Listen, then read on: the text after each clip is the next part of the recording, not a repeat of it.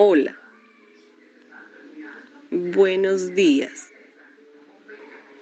Mi nombre es Marley. Hoy vamos a hablar de un avance que ha tenido la discapacidad y para iniciar hablaremos de Juan Pablo Bonet, quien se dedicó a desentrañar los secretos del aula y los misterios de los sonidos para llegar a la lectura de labios como aporte a la discapacidad auditiva. Por aquí tenemos a Pedro Ponce de León, quien nos demuestra que los sordomudos sí pueden llegar a leer, a escribir, a rezar y a reírse sin que su discapacidad sea un problema. Con Pedro Ponce de León, la discapacidad auditiva se inicia a considerar como una enfermedad.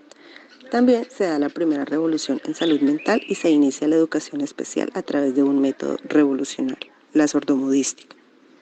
Es aquí donde se enseña a hablar a las personas mudas mediante métodos prácticos. Tenemos a Charles Abet de Lepet. Él nos propone un método de enseñanza por señas donde se impulsa la comunicación manual y la lectura labial con su pronunciación. Es Lepet quien amplía los progresos en el área sensorial y es quien abre la primera escuela para sordomudos en 1760. Ahora tenemos a George Flich. Él es un traductor y desde su saber le aporta la discapacidad auditiva, pero también nos da los aportes en la discapacidad visual. Y en 1651 continúa con la creación de una tablita de cera para enseñar a escribir a los ciegos.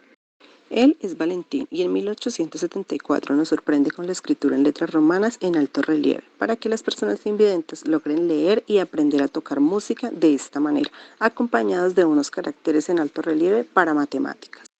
Ahora encontramos a Charles Barry. Fue un capitán francés quien implementó un método para que los soldados pudieran leer en la oscuridad, método que se presenta en 1821 en la Escuela de Ciegos en París.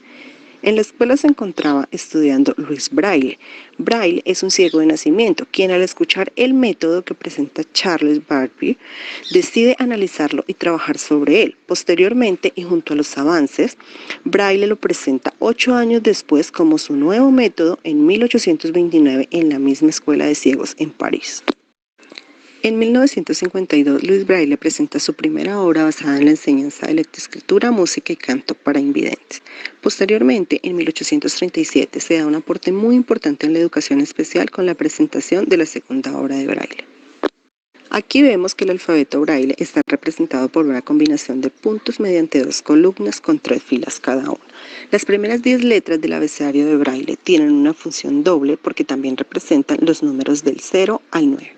El alfabeto Braille es reconocido legalmente en Francia en 1854 y en 1878 se establece como Sistema Internacional de Escritura para Invidentes. Finalmente, en 1879 se constituye la Unión de Invidentes en Alemania. Como podemos ver en la trayectoria de la historia de hoy, tenemos un gran avance en la educación especial marcado en la discapacidad visual y en la discapacidad auditiva, donde pasamos de la lectura de labios a la creación de un alfabeto en señas que realizamos con nuestras manos, y donde pasamos de las letras en alto relieve a la creación de un alfabeto en braille que está construido por punticos como este que ustedes están observando.